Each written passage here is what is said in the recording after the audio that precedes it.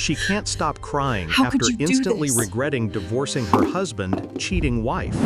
I still remember the sound of her laughter the day she told me she wanted a divorce. It wasn't nervous laughter, it wasn't even cruel. It was empty, like she was already gone. The papers were already printed, her mind was made. She said she wanted freedom, space to find herself. I didn't argue. I simply watched her pack, the same way you'd watch someone bury a body. Except it was our marriage she was lowering into the ground. When she closed the door that last time, the silence was perfect. It was the kind of silence you could fold your rage into, layer by layer, until it became calm, controlled, deadly. That was 1 year ago. Now she calls me every night, crying, begging, apologizing, saying she made a mistake. I don't answer, because this story didn't end when she walked away. It only started. Her name was Alina. We'd been married for 7 years. Steady, ordinary, maybe too quiet. She used to say I didn't make her feel alive. Then he appeared, the friend from work. The one she laughed a little too easily around. The one who texted at midnight. I noticed. Of course I noticed. You don't need to catch a lie to feel one. They leave fingerprints in silence, in tone, in the way she started turning her phone face down. When she said, "We need to talk," I already knew what came next. She told me she wasn't happy, that she felt stuck. I asked, "Is there someone else?" She hesitated. That half-second pause, that was my answer. But I didn't press. I nodded, signed the papers when she filed, and let her believe she'd won. Because sometimes the best revenge is patience, and patience is something I've always had plenty of. After she left, I didn't delete her number, didn't block her, didn't disappear. I watched. Social media, small-town whispers, quiet connections. She was easy to track. I saw the pictures first, her and him, smiling, drinking, her hand on his chest. The same hand that used to rest on mine while she lied about being at work late. 3 months later, the smiles began to fade. Posts slowed down. Her eyes grew tired. His hand was gone. Then came the rumors. He'd been cheating with someone from his gym. I almost smiled when I heard. One night she texted me, a long message, no punctuation, just desperation. "I miss you. I made a mistake. I thought I loved him. I didn't. He used me. I ruined everything. Please just talk to me once." I stared at the screen until the light dimmed. Then I turned off my phone. Revenge, I realized, doesn't always require action. Sometimes you just have to let their choices rot on their own. But I wasn't done watching. She'd moved into a small apartment, alone. The man she left me for had vanished. She looked thinner, sadder. Then one day, she posted a picture of a hospital wristband. No caption. I knew then her pain had only begun. It took her 2 weeks to call again. This time, I answered.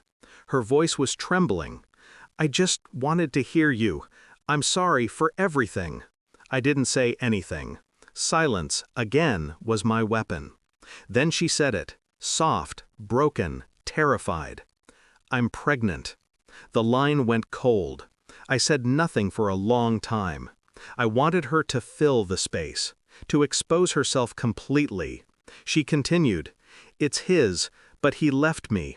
He said he isn't ready. I don't know what to do. I can't stop crying." I could hear her breathing fast, almost panicked. I imagined her sitting there in the dark, clutching her phone, waiting for me to save her again. But she'd already used that card. "You should rest," I finally said. My tone was flat, controlled. "You'll need strength." "For what?" she whispered. "To live with yourself." I ended the call. The next morning she showed up at my office. Her eyes were swollen. She tried to touch my hand. "Please, I made a mistake. I thought I knew what I wanted. I was wrong. I can't eat. I can't sleep. I miss you." I looked at her for a long time, not with anger, not even disgust, Just detachment. I know, I said quietly. That's when she broke down completely, on her knees, sobbing. And I just stood there, watching, because this was her punishment, to see the man she'd destroyed remain untouched by her ruin. A month later, she sent me pictures of the twins' ultrasound. 2 faint shadows. 2 lives. 2 consequences of her choices. I didn't reply. When her labor began, she called me from the hospital. Voicemail. Then another. Then another. The messages piled up. Please, I'm scared. I can't do this alone. I wish I never left you. I never listened to the rest.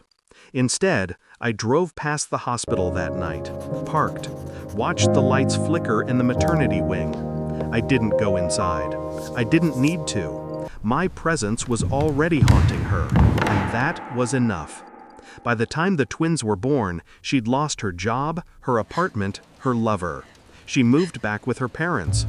I heard she cried every night. People asked why I never remarried, why I still lived alone. I told them peace was better than love, because peace doesn't lie to you. Peace doesn't cheat. Last week, I saw her again, at the park, pushing a stroller. Our eyes met from across the path. For a second, she froze, then looked down, pretending to fix a blanket. The twins looked peaceful, innocent. They had her eyes, and maybe his. She didn't speak, neither did I, but she didn't need to. The silence said it all. She'd finally learned what I'd known from the start. Love without loyalty isn't love. It's a countdown to regret. As I walked away, I felt nothing. No hatred, no warmth, just the cold satisfaction of closure. Because forgiveness isn't about letting them back in. It's about watching them live with what they did, every single day, and knowing they'll never find peace like you did.